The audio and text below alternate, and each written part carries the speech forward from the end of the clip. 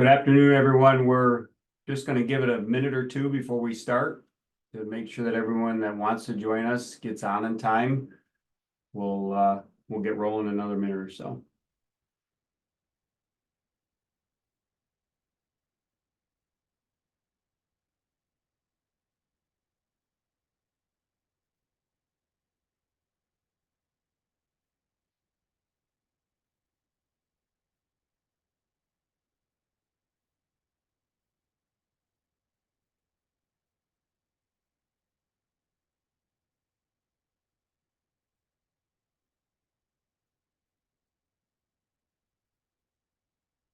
Did see Mason yesterday. I guess he had other stuff to do and ended up coming back only for the evening dinner festivities or something, but he wasn't able to make the conference itself.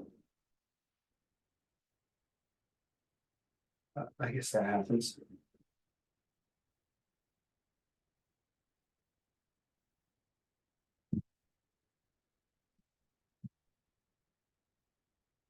All right, I think we should go ahead and get started. Welcome. We're with Catamount Consulting. Today we're looking at talking about what does emotional intelligence mean and why is it important.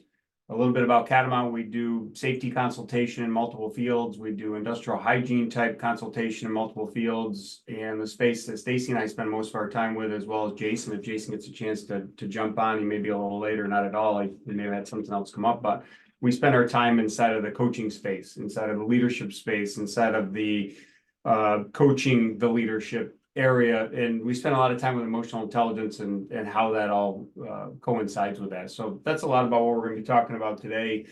Personally, we operate in upstate New York. Our main office is in Warrensburg. We have offices scattered around the Northeast and down the East Coast, but I personally, Scott McKenna, I live in Warrensburg where the office is. My kids grew up and went to school in Warrensburg. I've been here for a little over 20 years, but always been in the North Country. I grew up a few exits south of here, but for now, this is home. And Stacy, you want to introduce yourself as well? Sure, yeah. So my husband Jason and myself, and Jason may be jumping on if he can get, he's got a free period, fortunately, but sometimes things come up throughout a school day. So we'll see if he jumps on. But we're both from Fort Ann. We live in Fort Ann. We have two boys, 16 and 19. We spend time in the leadership space as well. We've all have backgrounds in college athletics. We all went to college together. So a lot of our mindset strategy revolves around sports psychology concepts. It fits perfectly within the emotional intelligence space and some of the tools and strategies that we'll share with you as to how we take our EQ skills to the next level. Yeah, good. Yeah, it's a part of the introduction that I left out. I've been a high school wrestling coach for 25 years. Jason and I were on the same wrestling team in college, and we actually all went to school in college. So we've known each other for a number of years. And this topic of emotional intelligence in the coaching space wasn't really prevalent, similar to it not being very prevalent in the construction and mining space where a lot of you are from. But it's super important, and why it's important is bigger than just the war on unengaged cultures. There's a lot of components, but the Gallup polls are suggesting that through a lot of research that due to unengaged staff, we're in the neighborhood of $500 and now $550 billion lost in this country. They're disengaged. They're actively looking for other work while they're working for you. They're lying, they're stealing, they may be taking extra long breaks, right? There's a number of things that contribute to the dollar amount. But what's alarming is it's all alarming, but this has grown significantly over the last couple of years. 3-4 years ago, this same poll was 350 billion. So that's a pretty significant increase. And if you break that down per company, per employee, you can do the math yourself, but that's nearly $12,000 per employee for the standard organization.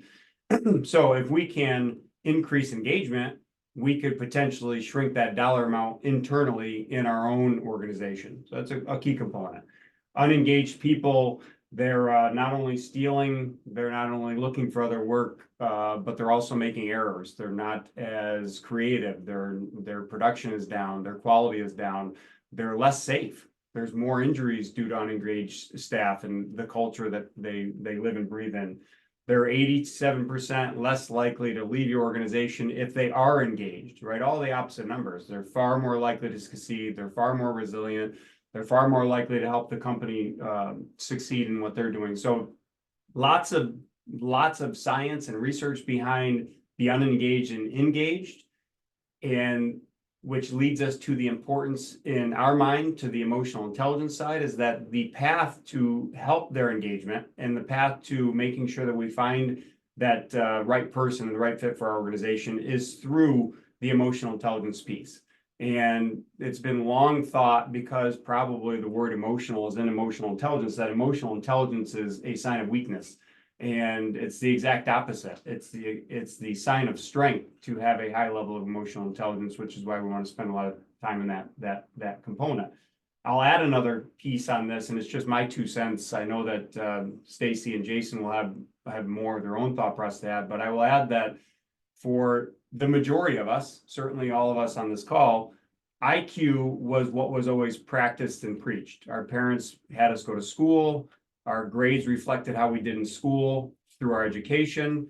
The college that we got chosen to be able to go to was based on the grades and the IQ. And then ultimately the profession after schooling was based on IQ. However, I would argue in the business world that emotional intelligence, or EQ, the type of person that is on your bus, is far more important than the IQ, especially in the construction and mining industry. I would argue that we could bring in almost any level of IQ if they're willing to be coached and not fixed mindset, have green light thoughts on learning and adapting to new things and skills. We can teach them exactly what we want them to do. So to me personally, EQ is more important than IQ. And I think that's a bit of an abrasive, maybe even an aggressive step, a little bit in your face, but that's just how I look at it based on all of that stuff that we're talking about. And good morning or afternoon, Jason. How are you? Good. How are you? Good to see you. Yeah, and to piggyback off of that, Scott, Scott and I just spent the last couple of days at two conferences, the Vermont and the New York AGC conference for the construction industry. And when we look at the construction and mining industries beyond this encompassing unengaged culture that we're battling, we're also battling some of the statistics that show the majority of the mining and construction industry are lacking skilled talent, right? They don't have anybody applying with the skills necessary for the jobs that they have openings for. And there's 88% of these industries have open positions that they can't hire for currently. They also have the statistic that 1 in 4 are over the age of 55. So they're going to be losing a significant amount of their retained skilled employees in the next coming years. So in looking at some of those statistics, layer that on top of the unengagement obstacle that we have, we need to consider new perspectives and how we take this individual and train this individual and serve as a coach and as a mentor and train both the physical skills and the emotional skills that are going to be needed to fill those positions, because there is no other option. We need to adapt to this and sort of change maybe some old school philosophies or mentalities that we don't have the time or energy, or it's not our jobs to train people in emotional intelligence. Yeah. That's where we get into a little bit of the perspective taking on the issue. So, how are we looking at things? And when we throw that question out to groups in the construction and mining industry, it's a mentality that is slowly changing, but needs to change at a much faster pace here, is how they're looking at tackling these obstacles that face us. We can't sit back and say it's not our jobs, or I put enough time in, I'm a veteran, been here for 20 years. It's not my job to serve as a parent or train skills of emotional intelligence, but to adapt and to change and to battle the obstacles that they face, they need to take that perspective. Yeah, good point. I know that Jason, you probably are biting at the bit to jump in a little bit on the perspective component. And before you do, I would argue that we have to take an aggressive approach, that we're going to lack talent at the point that young man or young woman comes to work for us. And we can blame it on poor parenting. We can blame it on poor school systems. We can blame it on the wrong perspective going through it. But if we take the approach that we're going to get what we get, and it's a very limited amount of talent, It's going to be our job to help develop the skill set to help them be successful inside of our environment. That at least puts the complete ownership on us. And we aren't a victim living below the line, wishing we had the workforce we had 20 years ago, which I don't even know if that's a real thing. But I like to take the approach of, let's assume that the talent's fixed. It showed up, and it's now our job to coach the skills that are necessary, including emotional intelligence, which I know that Stacy wants to get into that part as well. Yeah, and I think no matter what you call it, and sometimes people cringe in the industries that we're in front of as this emotional intelligence, and Scott hinted towards that when in our opening. I don't care what you call it, at its simplest form, if you read this definition, capacity to be aware of, control of, express one's emotions and to handle interpersonal relationships. If you asked an elementary school child what that might mean, they might mean, it's being a better person or having people skills, right? In its simplest. So let's call it people skills, and about how do we make our people skills better? How do we train to be people first? And that takes a bit of a change in perspective. And I know personally, both you, Scott and Jason, have experiences in the sense of you've had along your career and your coaching career, opportunities to, experience that change in perspective and change up the way that you coach some of your athletes. Yeah, I think from a coaching perspective, we don't always get to choose who we have to work with. And there's some years where you're inundated with, some of the better quality athletes in the school. And then there's other years where you're like, where did everybody go? And you're waiting for basketball cuts to bring a wrestler into the wrestling program, so you take what the leftovers are. So if you don't know, Scott and I have both been wrestling coaches for most of our lives, or wrestlers and then wrestling coaches. But the idea of, working with the ones that show up and then maybe recruiting some extras. But, to the points you were just making, there's plenty of research that validates that EQ outperforms IQ. Angela Duckworth's research on grit, supports that as well, because grit is passion and perseverance. And if you can be passionate and you can persevere through challenges and you're gritty, well, you have a pretty good EQ, right?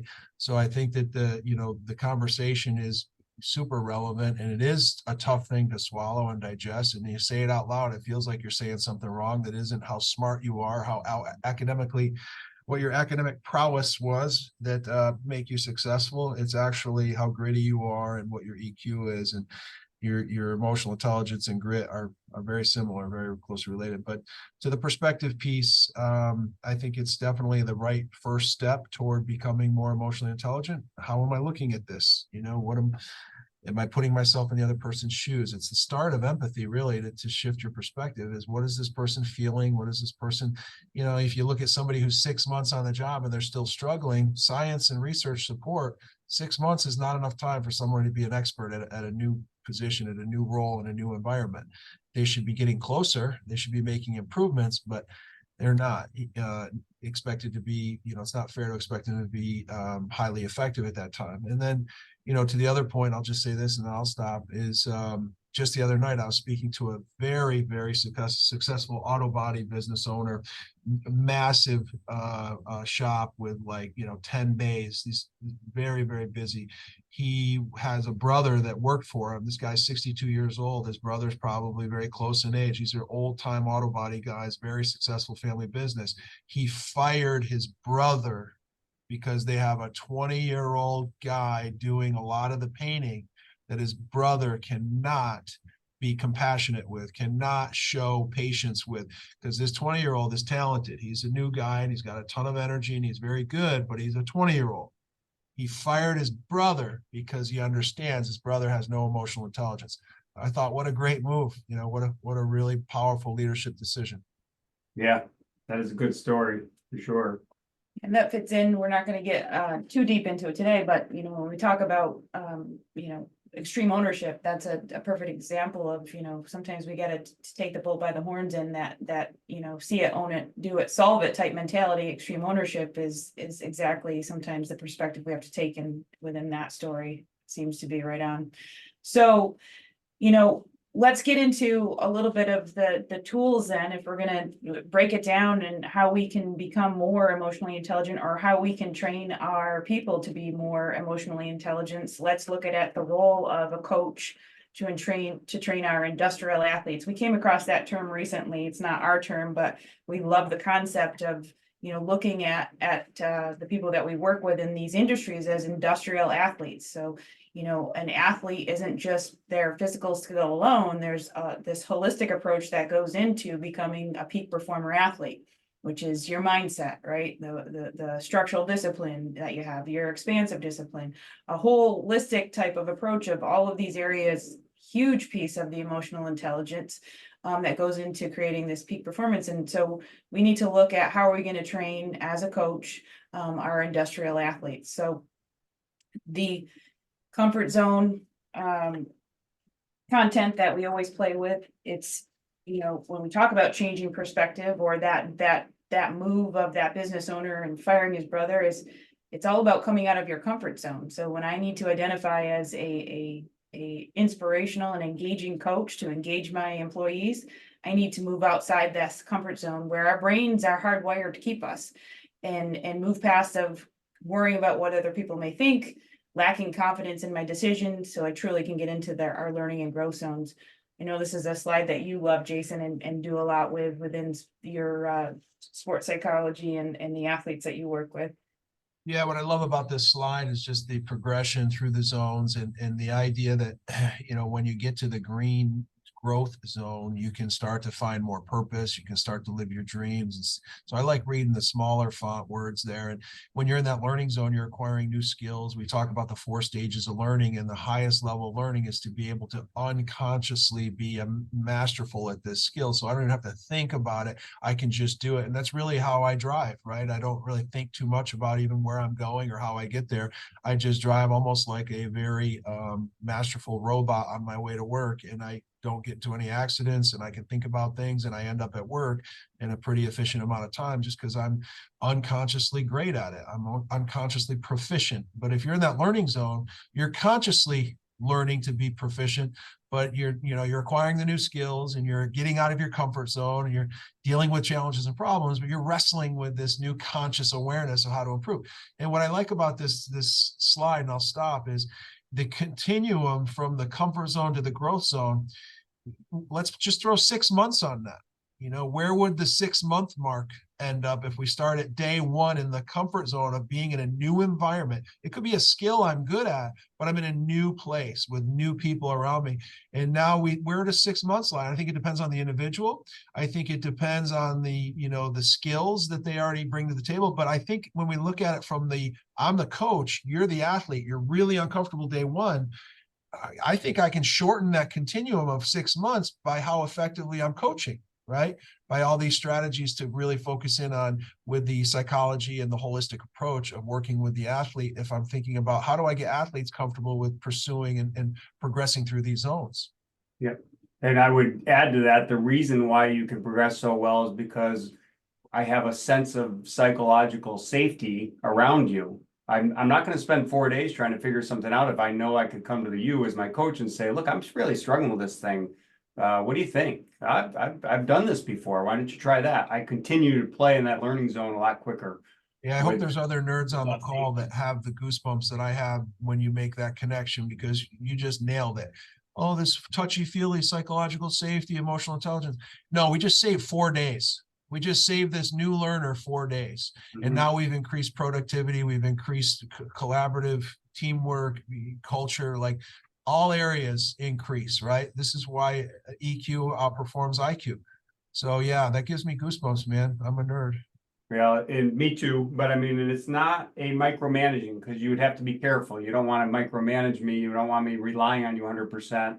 Your response might be, I got a couple ideas. Come back to me tomorrow with some of yours and we'll talk about it. Now you have a coaching opportunity. It's still 2 days, which isn't great, but it's a lot better than 4, or worse yet, me doing something that could have created a safety issue with me or my coworkers because I'm comfortable going into there. It's what are your coaching skills like, right? I mean, that's really what we're talking about. Right, and back to our perspective conversation of, you know, the ownership is on you to take your coaching skills to provide the environment to, you know, to fill that or to progress that person out of that comfort zone into the learning and growth zone, and take the advantage of that. And sometimes that means ownership and taking some time to train and develop your own coaching skills if you're not up to par.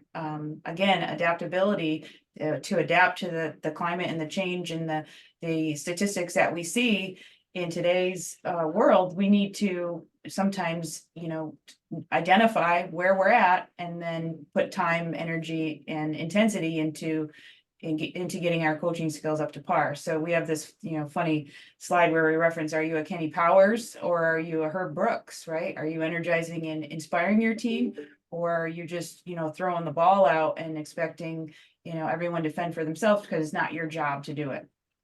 Right. I think one of the biggest epiphanies that I've had over this last probably quarter, you know, from like just recent, you know, coaching and groups that we're working with and people we're talking to and research that we're doing, like, you know, I think as far as like, if you look at these two pictures, these two ends of the spectrum, you know, Kenny Powers there on the left, you know, he's pretty comfortable, right?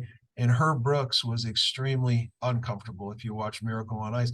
And it's like, I think today, especially because of the way people are, the social awkwardness and some of the disconnect that COVID caused and some of the recovery that we're still doing, you know, I think that, you know, coaching and leading and, you know, being a leader is really uncomfortable. It's really, you know, I find myself in moments talking to groups of adults or groups of students feeling stupid. Like it's a stupid feeling to be projecting this information and these expectations and these, you know, this conversation and getting very little like facial response. And like, but coaching has gotten grossly uncomfortable in this day and age. And you got to be okay with that discomfort and know that you are positioned as the leader and you're stepping up and you're the one that people are going to look to. And 9 times out of 10, that audience, even though they have blank stares and they, you know, you're making up a story that they think you're crazy or they think you're weird or they usually buy in. Like they appreciate that someone took charge, that someone is being vulnerable, that someone's being human, because we are social creatures. So when you step up and you become social, you know, it feels awful, feels weird. You walk out of a room thinking they think I'm crazy. Truth of it is we have to overcome that, because I feel like that's our biggest hurdle. That's been the number one thing I've kind of come across with a lot of people that are struggling. Yeah. Controlled chaos almost.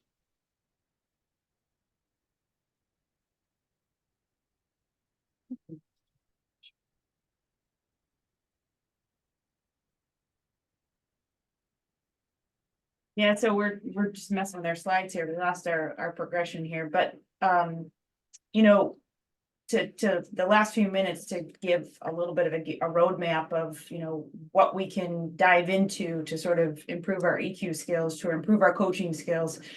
I think it involves, you know, spending some time, putting some reps into understanding the brain, to diving into the concept of self-control and what that looks like in discipline, your structural discipline, your reactive discipline, your expansive discipline, that's your growth mindset type mentality.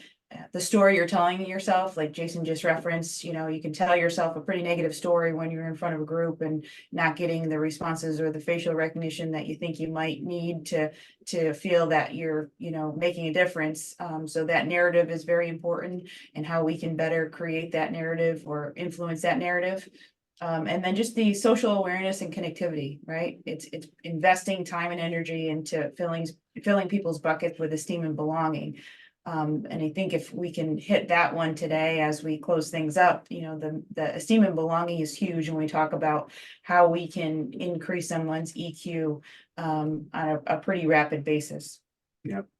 Yeah, definitely. Let's jump right into it. Some of the Yeah. tools for increasing, I think we got that thing all set up again, increasing our ability to be able to tap into this industrial athlete mentality. And I would, as we go in, just fully adapt to the idea, devour the idea that none of us care what you think your position is inside of the organization you're in. It doesn't really matter. You're in the people business, you're in the coaching business. And if you take that mentality, What are you doing to help as many people around you get exactly what they want, as successful as they can possibly be? You in turn will get exactly what you want. But the coaching mentality is, what do I got to do to actively help all the people that are around me get exactly what they need? And that's Maslow's, that's esteem, that's belonging, that is emotional intelligence 101. It is an all-out devouring of information to help everyone around you self-actualize. Right. And I know, Jason, I'll let you have this one because I know you have said in the past, if you could tattoo this diagram on your arm, you would. Especially the success that you've had it when you talk about the coaching or the education space that you've been in, and how filling your students and your athletes' esteem and belonging needs has made all the difference in the world when we talk about emotional intelligence and the ability to achieve one's fullest potential. Yeah. Yeah, I mean, the pyramid there with the psychological needs is the center of the pyramid is everything. And, there's several ways you can look at this pyramid. I like to think of it in two. So when I think about the individual that I'm working with, I'm kind of assessing where they're at and what they might be missing. It's kind of an easy thing to do, though, because most people are starving for more esteem, and most people are starving for a sense of belonging or a sense of connection. It's just the world we're living in now. We're very disconnected. Technology has certainly assisted in that quite well. And then we also all tend to suffer from that narrative that says we're not enough, or we're less than, or we can't do this, or we can't do that, or we won't accomplish. So, it's really an easy formula to just know that most people are suffering from huge deficits of esteem and belonging. And if you can be an expert at giving people doses of that, it doesn't really have to be, this is a great way to practice. It doesn't have to be the person who's your direct, subordinate. It doesn't have to be your assistant. It doesn't have to be the 5 people that you oversee every day when you start playing with this. It could be, I love making people smile at the counter at a, gas station. I love, holding the door for somebody and give somebody a compliment on a jacket they're wearing, or say, go Raiders if somebody's wearing a Raider shirt. That's a dose of esteem and belonging. Just acknowledgement and human interaction can go a long way. And then when you build that habit, you're going to start doing it with neighbors. You're going to start doing it with family members, and then you can bring it to work, and you can really start to utilize that skill to engage your team and start to build your industrial athletes. I think the second way you can look at it is yourself. Like as a leader, you should be living in that orange. You should be living in that self-fulfillment piece, that self-actualizing. And leadership is self-mastery. Leadership is self-mastery. So if you're a good leader, you're a self-master. If you're not a good leader, you're not a self-master, right? It's simple. So when you look at it, like if as a leader, I say, this wasn't my best day. Why wasn't it my best day? Well, I did this and this, I missed that. Oh, geez, I'm unorganized. I got to go down in here and take it, how am I doing with my esteem? Like, am I working on myself? Am I taking care of my disciplines, my 3 disciplines that Stacy talked about? Are my habits good? Is my health good? Is my attention okay? Like, what am I missing? So self-awareness was a word that we used early on in this presentation.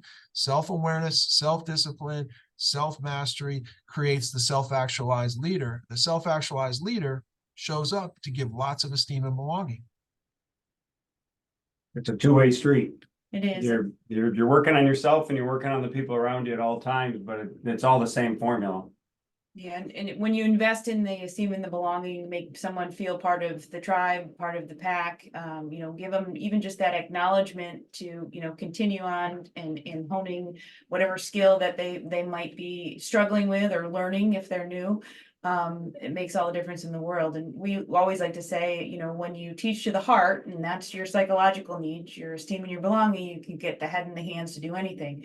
And that's really all emotional intelligence right there. If I'm teaching to the heart, being aware of your emotions, being aware of your behaviors, and the significance and influence that has on where your brain is at. Are you in a stressed state or a composed brain state?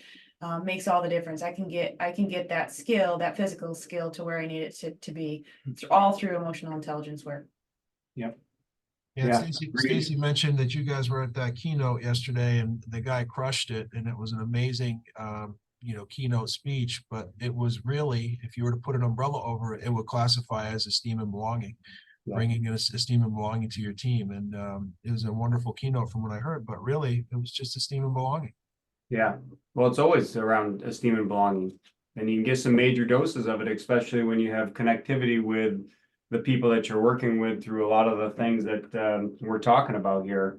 It's we just have to remember that, and I know we got to get into some questions here, and we'll stop sharing the screen. And if anyone wants any of these slides, we're happy to share them out, but we have to not lose concept of the slide around our comfort zones. Were designed to be very comfortable. So some of this feels a little dirty, and maybe part of our vulnerability needs to be able to step out as a coach and say, I'm trying some new stuff here. I know it seems a little weird, and I'm usually kind of abrasive and aggressive, but this is something that I want to adjust and change. And I'm hoping that you'll come to the party with me and help me out, right? It's a little bit of a shit sandwich, as you will. But it's a good way to be able to throw it out there so that when you show up to the site and you're talking about emotional intelligence or the things and the skills that you want us all to be good at, you might want to just throw on the table that this is new to me, just like it's going to be new to you, but I'm passionate about it, and I think that we need to devour it together as a team.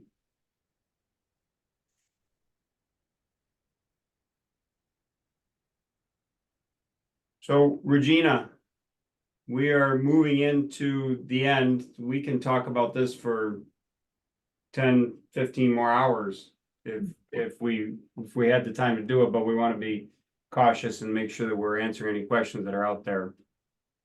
Yeah, of course. And if anybody has any questions, just drop them in the Q&A box and we'll answer them.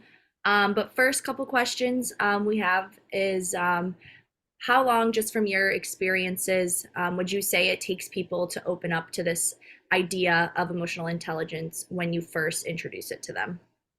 Well, sometimes I'll go first. Sometimes I find that immediately if you say emotional intelligence, you may turn them off because back to my conversation that it sounds soft and weak. So it's sometimes we may even go around that a little bit in a little different direction. But once the content's delivered, that's a loaded question. We've had folks that have sat through 2-3 years worth of programs and content with us with their own team, and somewhere around the third year they'll stand up and say, I now understand why I'm here. Like, this is the most amazing thing that I've ever been through, and they break into tears as a grown man in a mining company somewhere. It's so it's like it clicks different times, right? It's odd, really. Yeah, which is why I would say, especially in the world of athletics and even education, when you're working with unformed brains, teenagers and a lot of, additional baggage that comes with that age group. But what I would say is patience is really a key component to the coaching piece, and trust the process is a great performance psychology concept. You just got to trust the process and focus on the process. Like I said, just trust that this is going to come to fruition. I mean, we've also had people in 2 classes. We've done leadership classes, and guy sent me a text privately and said, thanks for flipping those switches for me. I see the world completely different. So it does depend on the individual. It does, it's circumstantial, but I think if we as leaders trust the process, you're going to see a lot more successes than failures. Yeah, and the leadership team is the first one that has to adapt to it. We run into an awful lot of people that a minute you start getting into this, they want you to help their team. I'm all good with this, Jason, Stacy. But this would be really good information for my team because they really struggle at communication and skills that are necessary for emotional intelligence. They're like the industry expert, but they're not. They're so unable and uncomfortable to be vulnerable that they don't even want to admit it. And it's kind of humorous, really. But and then once the transformation starts, they want to have conversations about how can they be a really good coach, not necessarily for their team, but they want to start coaching their wife or their husband or their kids that are in athletics. So, they're trying to gobble up as much content as possible to be able to now coach it. It's, I don't know, like I said, it's a loaded question, really. Yeah, it's it just is. like across the board. And it reminds me of just sort of understanding, the 4 levels of buy-in, which is, not for me when you introduce it. And then to, phase 2 is, well, maybe for somebody else. And then phase 3 is like, well, I guess I'll try it. And then phase 4, I couldn't do it any other way. Like, I live and breathe by it now. Yeah. And that could be 2 days. or it could be 2 years, and it's individual. And I seem to correlate sometimes what, the speed of that, from 1, not for me, to I can't live any other way, level 4, is when they take something away from the content and it has an emotional connection to them. So we relate back to emotional intelligence. It has meaning to them. And that usually is something, of something emotional or close to them. So it may resonate with a parenting skill or something that they were able to find success in at home or with a spouse or with a colleague. But there's usually an emotional connection to it, which is not coincidental in the sense that what we're talking about. We're talking about emotional skills. Yeah, and just to add on, and then hopefully there's another question. And I like small groups because the questions, are the best part. We could have done a lot of questions, but what I would say also is, like, over my shoulder, you can see some fitness equipment and you can see some weight equipment. How long is it going to take me before I can get shredded legs? How long is it going to take me before I can have abs? How long is it going to take me to lose 5 pounds? The answer, and I'm an expert in this, I don't know. How long is it going to, how many days a week are you going to train? How frequently are you going to come to the gym? How intense are you going to work when you're in the gym? If you do this, and this, okay, in about 2 weeks, you should be able to look in the mirror and see some results. They're going to be minimal. They're going to be very slight, but about 2 weeks of consistency. And, are they going to be able to do that? It's going to be a trial and error. And, so you really can't put your finger on when the day you'll see a difference in your physique when you look in the mirror, or when the day you're going to see a difference on the scale is going to happen when it's 2 pounds lighter. But we know that if you're consistent and you keep coming back, what will happen is, if you use those 2 pieces of machines, is you will get stronger and you will get more fit. So you just have to trust the process. But I have to start, because the answer is real quick. If I say, well, I'm not going to do those things, then you're not going to get shredded. You have to start, right? And I could get on that treadmill once a week, but every week the rest of my life, and eventually I also will be shredded. Well, the fitness analogy is so powerful, because that's why Planet Fitness is judgment free, right? Because people, it's uncomfortable and it's embarrassing and there's fear. And I fight the same thing. People are scared of this space, and so people are scared to do this work. It's hard work to be a good coach. Yeah. Regina, that was a long-winded answer. Yep. We have one more question. So do you see a difference between working with union versus non-union workforce and moving the dial with emotional intelligence? Yes. We could all have a different answer, but I'm a teacher. Yes, all caps, bold, underline, / no. And I purposely doing that to mess with you, Julia. I think that was who asked the question.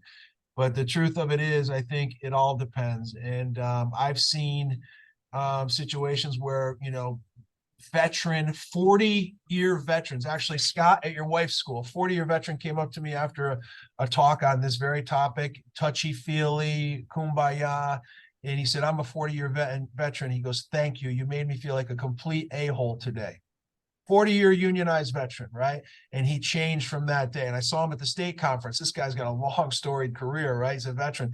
He's been in education for a long time. And he saw me at the state conference. He goes, I'm still doing the work. He said, you changed my life. So that's a guy who's been unionized and a veteran. So, but I could tell you a story of the opposite too.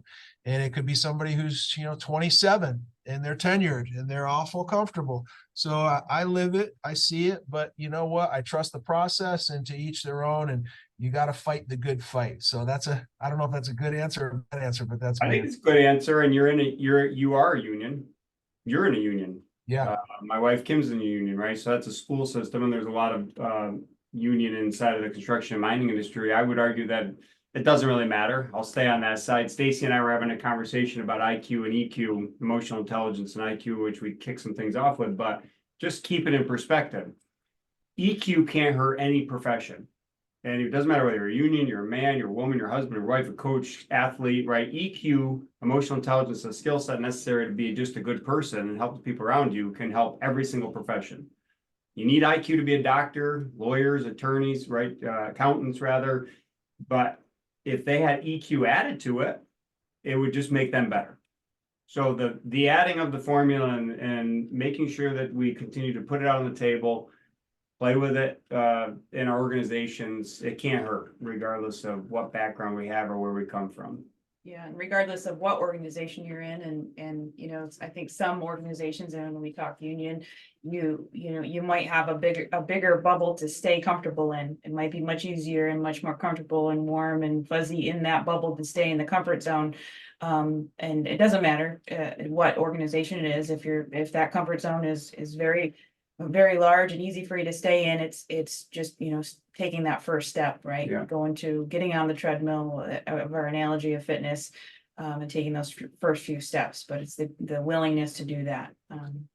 The big group that I think struggles with it, which we work with a little bit as well, is something big like law enforcement. I mean, not only are they raised and bred to be rugged and tough, then they're trained to be rugged and tough, then they're trained to hold their emotions because some of us can't handle it. 700 traumatic events an average police officer might get in a lifetime. We get like 3. I mean, picking the color of our phone, I think, came up recently in conversation. Like, that's a traumatic situation for some of us. What color is the case going to be on my phone? And it's they're realizing that that's the wrong approach. Obviously, over the course of time, the military and law enforcement are spending a lot of time in this because that's a lot on a man and woman in those professions. And so forget union or not, and forget what you're doing.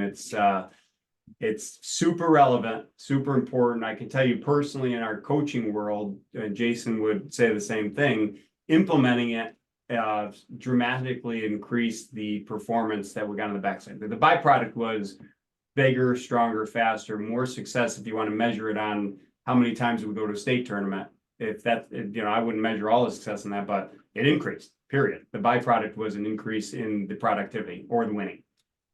Yeah, and I think you got to remember, you know, at the end of the day, the esteem and belonging, the belonging piece has everything to do with the evolution of human development and who we are. As you know, we're social beings, we're pack animals. So whether you're in a union or not, some of the work that we're doing with EQ creates a better culture, a better team, a better you know, clan back during those times, right? So we knew that if we had a group of people around us, we weren't at the top of the, you know, the food chain, but we together could collectively conquer, you know, any animal in the animal kingdom and, you know, be at the top. So, you know, if you bank on the fact, not to get too you know, scientific around caveman times, but if you go back to that, you know, mindset, like, people appreciate connection, they appreciate human interaction. We're social beings, and if you can bring that to your space,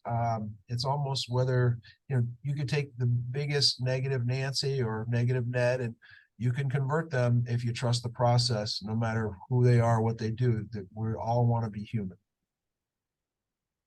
Regina, we are 2 minutes from shutdown time. Do you have anything else? Yeah, we got one more here. How would you approach understanding the perspective and feelings of your team members? Well, I think, like, the idea of, you know, understanding, like, is putting yourself in their shoes. So if you think of perspective as empathy, and a lot of people confuse empathy. Empathy is, you know, the start of empathy is being able to imagine what it feels like to be you. So, like, when I talk about perspective and empathy, you know, there's almost always a reason. You know, behavior is communication. So if I don't like someone's behavior, they're communicating something subtly to me about their personal life or their, you know, work experience or their comfort zone.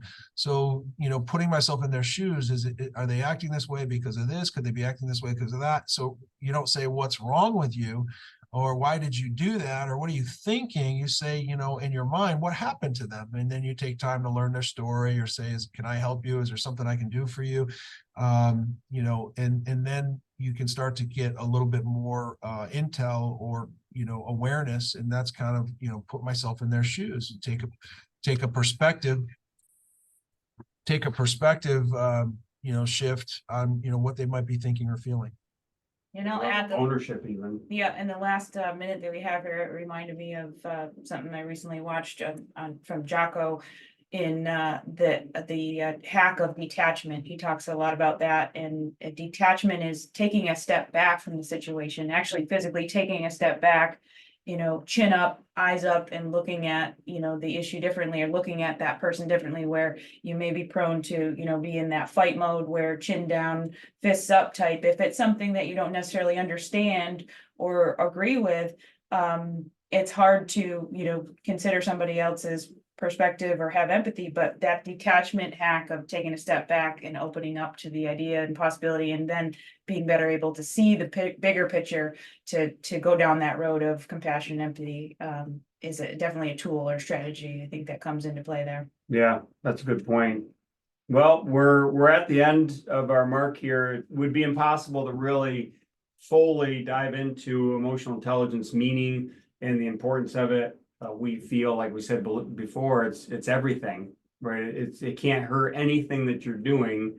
And frankly, if I was going to invest time and money, I would heavily invest in the emotional intelligence piece. And I will continue to go out on a limb. A lot of IQ, which a lot of the academia doesn't like to hear this, but a lot of the IQ will in fact get replaced in organizations with artificial intelligence. And I'll have you chew on that a little bit and think about it. But the time we put into emotional intelligence will pay off huge dividends. It's going to be a game changer.